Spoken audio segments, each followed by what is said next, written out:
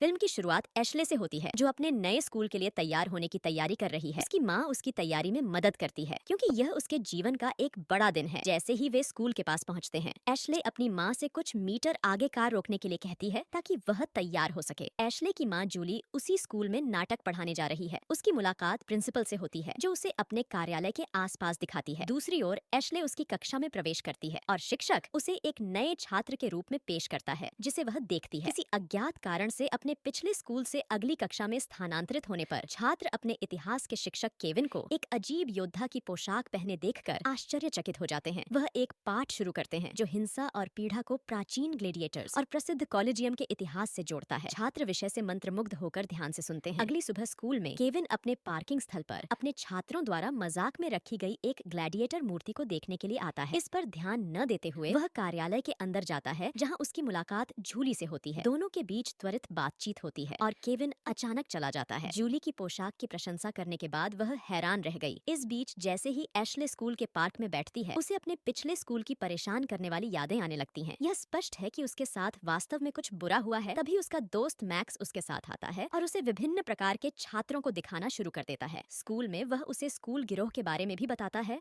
और कहता है कि उसे उनसे बचने की जरूरत है। कुछ समय बाद मैक्स और एशले एक खुले मैदान में अपने इतिहास की कक्षा में शामिल हुए, जहां केविन एक बार फिर कुख्यात छात्रों में से एक योद्धा की पोशाक पहने हुए है। केविन ने एशले को शामिल होने के लिए धन्यवाद दिया और उस दिन बाद में उसे आगामी इतिहास परियोजनाओं की सूची सौंपी। जब एशले पार्क में मैक्स के साथ बातचीत कर रही थी, निक पीछे से चुपचाप आता है, मैक्स को अपने बैग से मारता है और फिर बोरिंग होने के लिए एशले का मजाक उड़ाता है। अगली कक्षा में जूली का सामना एक बार फिर कार्यालय में केविन से होता है और इस बार वह उससे उसे स्कूल के चारों ओर घूमने के लिए कहती है। क्योंकि वे उस स्थान पर घूमते हैं, केविन इतिहास के प्रति अपने जुनून को व्यक्त करते हैं और मानते हैं कि इसे वर्तमान में प्रासंगिक बनाने के लिए छात्रों द्वारा इसे महसूस किया जाना चाहिए। वह यह सुनकर चौंक जाता है कि एशले वास्तव में जूली की बेटी है। अगले दिन कक्षा में केविन मैक्स और कैरी नाम की एक मतलबी लड़की को अपने स्वयंसेवक बनने के लिए बुलाता है। फिर वह उल्लेख करता है कि कैसे अतीत में नृत्य पुरुषों और महिलाओं के लिए बातचीत करने के दुर्लभ अवसरों में से एक था। मंच पर एक दूसरे के साथ वह जूली को अपने नृत्य साथी के रूप में बुलाते हैं, क्योंकि वे दोनों अपनी अपनी पोशाकें पहने हुए हैं।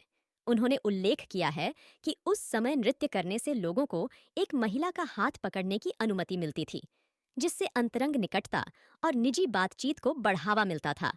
इसके बाद वह अपने सभी छात्रों को मंच पर शामिल होने के लिए आमंत्रित करते हैं। नृत्य में बेतरतीब ढंग से एशले निक के साथ जोड़ी बनाती है। बाद में अपने नए घर में एशले को मेज पर अपनी मां को संबोधित एक पत्र मिलता है। इससे वह बहुत चिंतित हो जाती है और उसे चिल्लाने के लिए प्रेरित करती है कि उन पर नजर रखी जा रही है। लेकिन जूली तुरंत उसे आश्वस्त करती है कि यह घर पूरी तरह से सुरक्षित है और कोई भी उनके स्थान को नहीं जानता है। हालांकि जब वह झपकी लेती है, तब भी उसके पिछले स्कूल की यादें एशले को परेशान करती रहती हैं। अगली सुबह निक कक्षा में एशले को घूरता है और बाद में उसके स्कूल के बगीचे में उसका पीछा करता है। वह उसका पीछा करता रहता है और उससे पूछता है कि क्या वह उसका कोई बॉयफ्रेंड है, या यदि वह अकेली है तो वह वास्तव में उसके साथ अच्छा व्यवहार करने की कोशिश करता है, जिससे एशले आश्चर्यचकित हो जाती है। वह पूछती है कि वह हमेशा मैक्स के प्रति इतना बुरा क्यों होता है। जवाब में निक खुलकर बताता है कि वे एक साथ बड़े हुए थे, लेकिन बाद में जीवन में बदलाव के कारण अलग हो गए। यह सुनकर एशले का कहना है कि बदलाव बेहतरी के लिए होना चाहिए, न कि अगले दिन बदलाव के लिए। केविन ने अपने छात्रों को असाइनमेंट की घोषणा की और उन्हें एक ऐतिहासिक स्थान पर जाने और इसके बारे में अपनी व्यक्तिगत भावनाओं के बारे में लिखने के लिए कहा। इस बीच एशले ने देखा कि निक ने अधिक शालीनता से व्यवहार करना शुरू कर दिया है, मैक्स के साथ, जो उसे प्रभावित करती है। उस दिन बाद में निक एशले के घर जाता है और उसे मिले इतिहास प्रोजेक्ट में शामिल होने के लिए उसे आमंत्रित करता है। एशले इसके बारे में थोड़ा झिझकती है, लेकिन उसकी माँ उसे निक के साथ जाने के लिए प्रोत्साहित करती है। अगले दृश्य में दोनों एक हवाई जहाज का दौरा करते हैं। संग्रहालय निक अवसर लेता है अतीत के बारे में पूछने के लिए, क्योंकि वह उसके बारे में ज्यादा नहीं जानता है। जवाब में उसने अपनी माँ के दादा की प्रेरक कहानी के बारे में बताया। एशले ने उल्लेख किया कि द्वितीय विश्व युद्ध के दौरान एक क्षतिग्रस्त हवाई जहाज को उड़ाने और उसे सुरक्षित रूप से उतारने के लिए उन्हें पदक मिला था। स्पष्ट रूप से क्रूर नाजियों से बहुत से लोगों को बचाया, जैसा कि वह बोलना जारी रखती है। निक उसकी उपस्थिति से मोहित हो जाता है। उनकी यात्रा के बाद वह एशले को उसके घर छोड़ देता है, इस बात से अनजान कि कैरी उसकी प्रेमिका स्कूल में अगले दिन अपनी कार के अंदर से उन्हें गुप्त रूप से देख रही है। केविन पढ़ता है निक का निबंध, जो एशले के परदादा के बारे में है। उसकी लेखनी ने उन्हें बहुत प्रभावित किया है, इसलिए उन्होंने जूली को निक की क्षमता की प्रशंसा की। उन्होंने बताया कि लड़के को लिखने की आदत है और पिछले कुछ महीनों में उसने काफी सुधार किया है। यह सुनकर जूली खुश हो जाती है, क्योंकि वह जानती है कि वह निक की है। बेटी एशले और निक एक साथ घूम रहे हैं। बाद में केविन अपने छात्रों को जॉर्ज वॉशिंगटन और उनकी सेना के अंग्रेजों के साथ युद्ध के बारे में बताते हैं। वह पाठ को बढ़ाने के लिए विभिन्न प्रॉप्स का उपयोग कर रहे हैं। इस बीच एशले और निक बहुत करीब आ गए हैं, जिसे चालाक कैरी ने नोटिस किया कि केविन उन्हें सिखा रहे हैं। एक प्रेरक व्याख्यान जिसमें आशा है कि आगे बेहतर चीजें हो सकती हैं, लेकिन यह उस व्यक्ति पर निर्भर है कि वह कक्षा के बाद अपने भविष्य को कैसे आकार देगा। ईर्ष्यालु कैरी जानबूझकर एशले को पीछे से टक्कर मारता है, जिससे वह फर्श पर गिर जाती है। इस बीच केविन जूली का फॉग वापस कर देता है। मशीन जिसे उसने हाल ही में इतिहास की कक्षा के लिए उपयोग करने के बाद बिना पूछे ले लिया था। बदले में जूली ने उससे अपने आगामी नाटक के लिए दृश्य कार्य का पता लगाने में उसकी सहायता करने के लिए कहा। फिर वे दोनों नाटक से संवाद पढ़ना शुरू कर देते हैं। जैसे ही जूली अपनी पंक्तियों को पढ़ती है, वह चलती है, केविन पूरी तरह से अभिनय प्रक्रिया में तल्लीन है। लेकिन जैसे ही क्षण तीव्र हो जाता है, एशले अप्रत्याशित रूप से आ जाती है पीछे से और उससे चाबियां मांगता है, जिससे कमरे में हर कोई असहज महसूस करता है।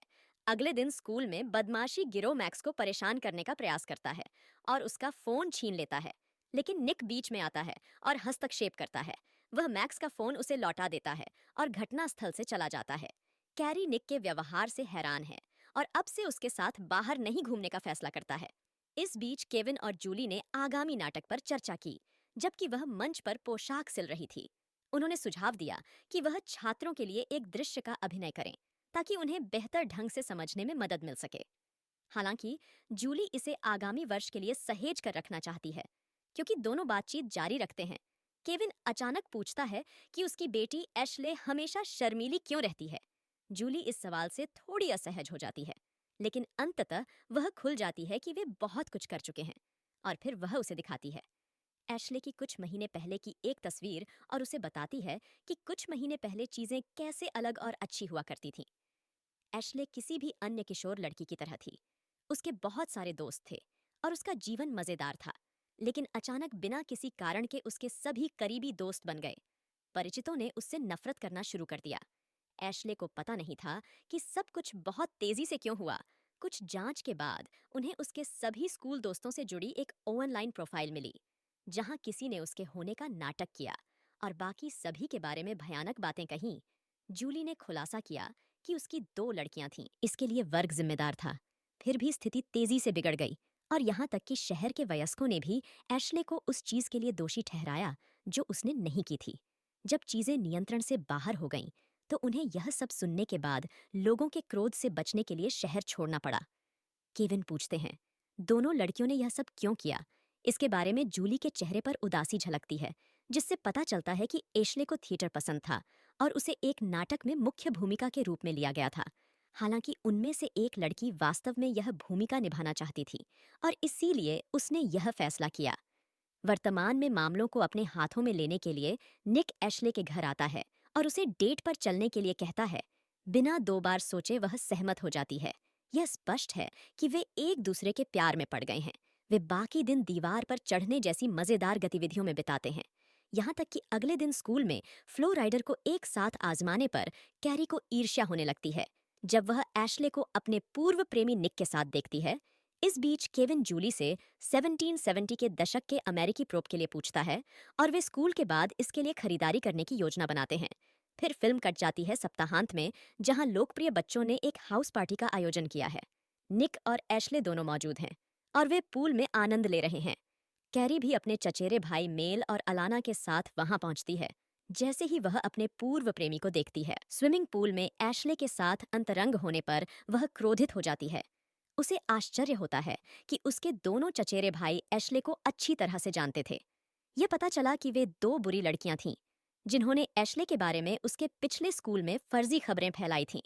उन्होंने तुरंत कैरी को इसके बारे में सूचित किया और अगले दृश्य में तीनों मिलकर एक भयावह योजना बनाते हैं। कैरी निक के पास आती है और उसे अपना फोन सौंपती है। वह उसे उस पर पोस्ट देखने के लिए कहती है। निक थोड़ा झिझक रहा है क्योंकि वह हैरी से नफरत करने लगा है, लेकिन बहुत जोर देने के बाद वह एशले के रूप में डिग्री लेता है। पूल के किनारे आराम कर रही मेल पीछे से आती है, जिससे वह चौंक जाती है। वह वही लड़की है जिसने एक फर्जी ऑनलाइन प्रोफाइल बनाकर उसे परेशान किया था। अचानक मेल ने पार्टी में चिल्लाना शुरू कर दिया और कहा कि एशले ने उसकी जिंदगी बर्बाद कर दी है। जल्द ही निक भी वहां पहुंच जाता है और शुरू हो जाता है।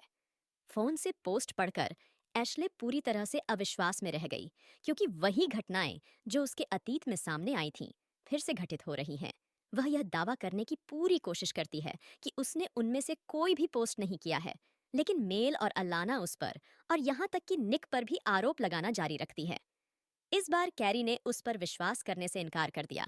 अचानक कैरी ने एशले को सबके सामने अपमानित करते हुए पूल में धकेल दिया। स्थिति और बिगड़ गई क्योंकि पार्टी में अन्य लोगों ने भी एशले को दोषी ठहराना शुरू कर दिया। जब वह इसे और सहन नहीं कर सकती थी, एशले पार्टी से घर भाग गई और खुद को अपने कमरे में बंद कर लिया और रोने लगती है। दुर्भाग्य से स्थिति और भी खराब हो जाती है क्योंकि किसी ने एशले को पूल में धकेले जाने का वीडियो बना लिया और उसे इंटरनेट पर अपलोड कर दिया। यह तेजी से वायरल हो गया और स्कूल में हर कोई एशले का मजाक उड़ाना शुरू कर दिया। मैक्स एकमात्र ऐसा व्यक्ति है जो उसके लिए दुखी है। वह जानता है कि वह निर्दोष है। उस दिन कैरी, जो उस बेचारी लड़की का अपमान नहीं कर पाई थी, उस पर मतलबी होने का आरोप लगाती है और फिर उसे थप्पड़ मारती है। लेकिन इस बार हमारी नायिका चुप नहीं रहती है और इसके बाद दोनों के बीच बहस छिड़ जाती है। घटना पर चर्चा करने के लिए लड़कियों को प्रिंसिपल के कार्यालय में बुलाया जाता है। जूली भी वहां पहुंचती है और कैरी उसे पोस्ट के साथ फोन दिखाने में कोई समय बर्बाद नहीं करती है। चर्चा के दौरान एशले अभिभूत हो जाती है और जोर देकर कहती है कि उसने कुछ भी गलत नहीं किया है। उसकी माँ दौड़ती है उसके पीछे और अंततः उसे स्कूल के एक कोने में रोता हुआ पाता है। वह एशले को गले लगाती है और उसे यह कहते हुए लड़ने के लिए प्रोत्साहित करती है कि वह हमेशा उसके साथ है। दूसरी ओर मैक्स निक के पास जाता है और समझाता है कि एशले इस सब में निर्दोष है। उसे इस बात का एहसास है। मैक्स चाहता है कि निक कम से कम पहले सच्चाई का पता लगा ले। एशले के सुझाव को हृदयंगम मानते हुए निक ने एशले से मिलने उसके घर जाने का फैसला किया। जूली ने दरवाजे पर उसका स्वागत किया और बताया कि एशले अभी घर पर नहीं है। फिर वह उसे अतीत में हुई सभी बातें बताती है और उससे उसकी बेटी की मदद करने का अनुरोध करती है। बातचीत के दौरान निक को एहसास हुआ कि उसने बहुत बड़ी गलती कर दी है, इसीलिए वह भागकर उस स्थान पर गया जहां एशले को हवाई जहाज का संग्रहालय सबसे ज्यादा पसंद है। सौभाग्य से वह उसे वहां पाता है और तुरंत उससे माफी मांगता है। एशले रोते हुए कहती है कि वह अपने आसपास की सभी समस्याओं से थक चुकी है और वहां से जाना चाहती है। हालांकि निक उससे रुकने के लिए विनती करता है और उसके साथ रहने का वादा करता है, चाहे कुछ भी हो। फिर वह बदमाशों पर वापस आने के लिए एक महान विचार के बारे में सोचता है। निक एशले को इतिहास वीडियो प्रस्तुति असाइनमेंट की याद दिलाता है और कहता है कि यह दिखाने का सही मौका है। पूरे स्कूल को पता चला कि वह मासूम है। जल्द ही दोनों काम पर लग जाते हैं और मैक्स भी उनके साथ जुड़ जाता है। वे कुछ शैक्षिक वीडियो बनाते हैं और मैक्स उन्हें संपादित करने में मदद करता है। वह स्कूल के नेटवर्क को भी हैक कर लेता है ताकि अगले दिन एशले अपनी प्रस्तुति स्कूल की हर कक्षा में प्रदर्शित कर सके। कक्षा के सामने प्रस्तुति वीडियो में वह डायन परीक्षण के इतिहास को अपने अतीत के जीवन से जोड़ती है। जब महिलाओं पर डायन होने का आरोप लगाया जाता था तो पूरा गांव उन्हें छोड़ देता था और यहाँ तक कि उन्हें मारने की कोशिश भी करता था। भले ही महिलाएं यह दावा करने की कितनी भी कोशिश कर लें कि वे डायन थीं, सामान्य लोग कोई नहीं सुनता था। यही बात एशले के साथ उसके पिछले स्कूल में हुई थी। लोगों ने उस पर भयानक चीजों का आरोप लगाया था और उसकी प्रतिष्ठा को बर्बाद करना चाहते थे। विशेष रूप से दो बुरी लड़कियां थीं जिन्होंने उसके बारे में झूठी खबरें फैलाईं। स्थिति इतनी खराब हो गई कि एशले ने सब कुछ खो दिया। उसके दोस्तों में से कुछ और उनमें से कुछ ने उस पर हमला करना भी शुरू कर दिया। सबसे बुरी बात यह थी कि उसकी माँ के अलावा उसका कोई दोस्त नहीं था। एशले ने इतिहास से सीखा है कि लोग दूसरों को पीड़ित देखने का आनंद लेते हैं। दबाव का सामना करने पर वफादारी कमजोर हो सकती है और किसी ऐसे व्यक्ति को ढूंढना जो वास्तव में आपके लिए लड़ता है। अपने संघर्षों के बावजूद दुर्लभ, उनका मानना है कि अतीत उन्हें परिभाषित नहीं करता है, और अगर वह अपनी प्रस्तुति के दौरान उनके लिए लड़ती हैं तो आगे बेहतर चीजें हैं। एशले ने उल्लेख किया है कि वह जो कुछ भी कहती हैं उन्हें ऐसा लगता है जैसे उन्हें आंका जा रहा है, हालांकि वह अपने भीतर की सच्चाई को जानती हैं। और बस इतना ही बाद में मामला यह है कि मैक्स इंटरनेट पर प्रेजेंटेशन अपलोड करता है और वीडियो तेजी से वायरल हो जाता है, जिससे दुनिया भर की कई लड़कियों को अंतिम दृश्य में अपने गुंडों का सामना करने के लिए प्रेरणा मिलती है।